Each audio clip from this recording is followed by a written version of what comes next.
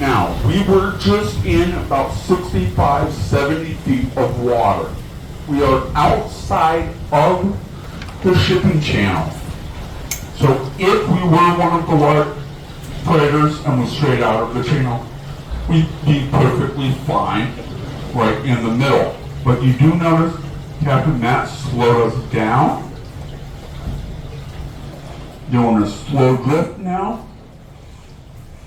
Go ahead, look toward the bottom, because we are going to come in over Pine Island Shoal, where we will be in right about 5 feet of water.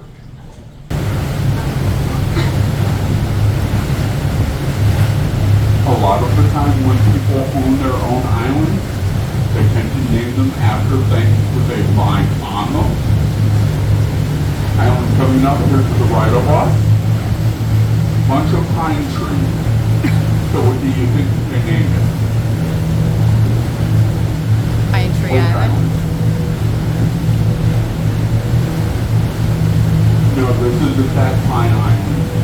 We actually have over 50 different pine islands alone here in the Thousand Islands. And as you're looking at the island, you notice most of the trees here bent over facing the island. That's because predominant winds come out of the west off the Great Lakes and blow down the river.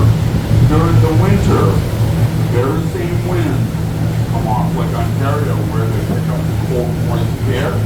They hit the land mass and they produce what is known as lake effect snow. Northern New York, we So do much not fun. have the luxury of measuring snow in inches. We measure in feet.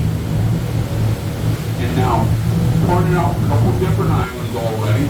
Just got done telling you over 50 different pine islands alone here in the Thousand Islands. How much would you pay for something like this? Over $1 million. Probably 1.5, 2 million.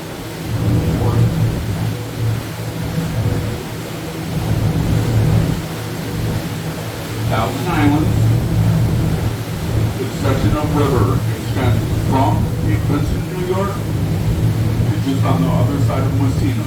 So right about 75-mile stretch of river. And well, I hate to break the news to you, but they lie because we do not have a thousand islands. We actually have 1,864, so almost 2,000. With this being said though, not everything we see above water can be an island. For an island to be classified as such, word for a rock. So remember, above water, year round, 1 square foot in size, and have to have at least one living tree on it. So then what is this ahead of us? An island or a shoal? Shoal.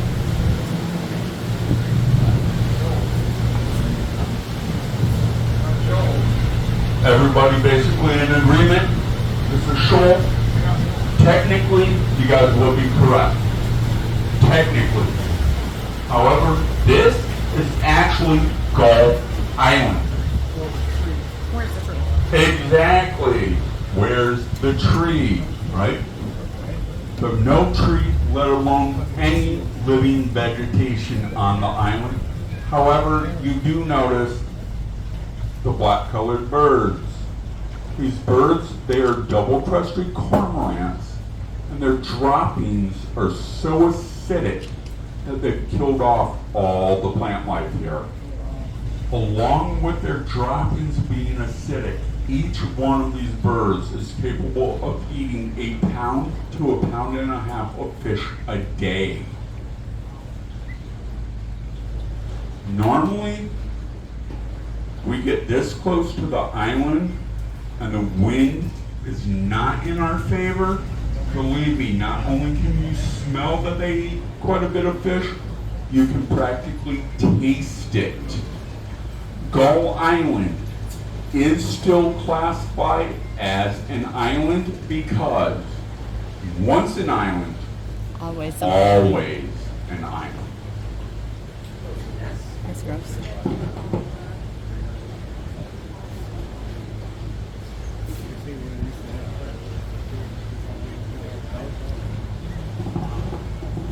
Now the cormorant, they are semi-migratory birds, which means here in the U.S. they are covered under the Migratory Species Act, so they are a protected species. Canada, on the other hand, 2 years ago announced open season on them for a 20 bird per person per day bag. They are not edible and they are not trophy birds. Canada just merely wants them gone.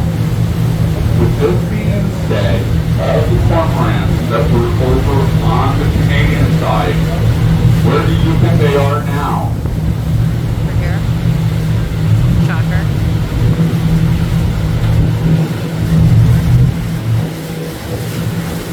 I just say, once an island, always an island, right? Names of islands have been known to change over time, however.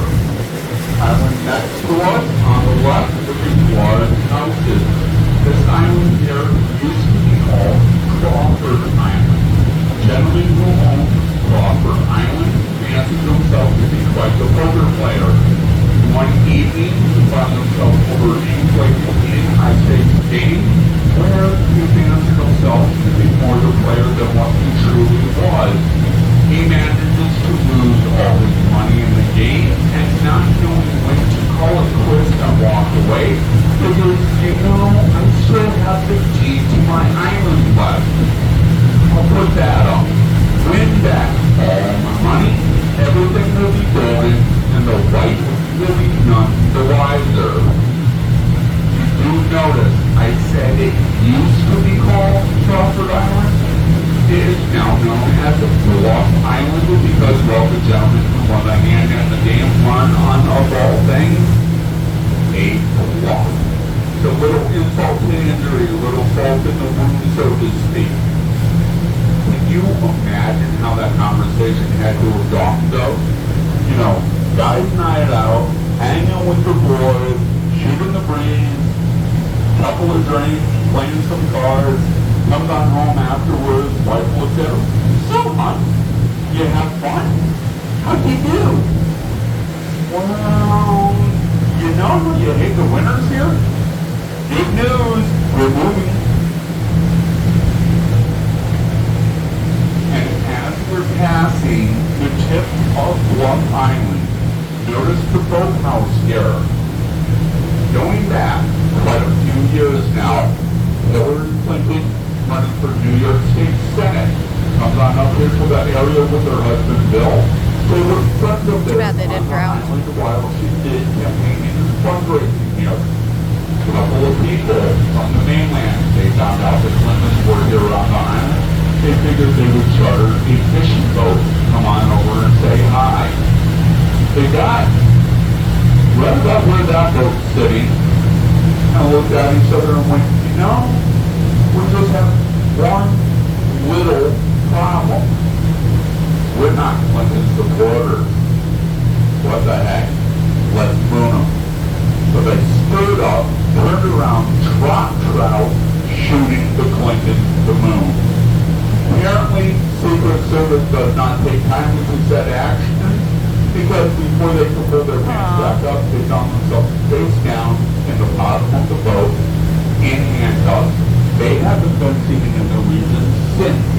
The fishing guide, however, is worked for one of the captains, claims it is some of the easiest money he has ever made. They paid him $400 for a day's worth of fishing. We're out on the river maybe 10 or 15 minutes.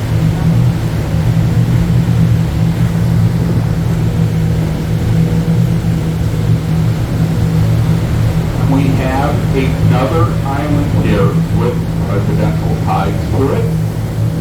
Island to the right, This is Maple Island. Oh, I like it. Maple Island's claim to fame goes all the way back to the end of the Civil War. Back then, small river community where everybody knew everybody. One evening, a stranger shows up over in Clayton via train. He had a rather large bag of English gold coins and an even larger deep southern accent. Buys himself Maple Island, comes on out, builds a small little cabin, and then just isolates. The recluse of the earns the nickname the Hermit of Maple Island. A little bit of time goes by. One evening, people from the mainland, they notice smoke and flames from the island, so they row out first thing in the morning to investigate. They get here, they find the cabin burned to the ground, and they search the island for the gentleman. They find him on the other side of the island from his cabin, murdered. Spread eagle on the beach, throat's been cut, and he had some rather interesting symbols carved into his chest. They were three crosses in the shape of a triangle. On further investigation into the symbol, they concluded it was for a secret organization known as the Knights of the Order of the Golden Circle. This organization was the very organization behind the funding of John Wilkes and the assassination of President Lincoln. Bag of gold the man had, he had stolen from them when he found out what they were planning on using it for, fled up here to the area in an attempt to hide out. To this day, one's never been recovered. You can go online and Google search Hermit of Maple Island. It will bring up all kinds of information for you, and you will learn that the assassination of President Lincoln was just a small part in a much, much larger conspiracy to overthrow the entire government. Here's the rate we have Murray Isle, New York. If you notice, overhead power line runs the island from right to the water's edge, then stops. To the west, we have Clayton Island, New York. That overhead power line also runs length of the island, right to the water's edge, though, and stops. All the main islands here.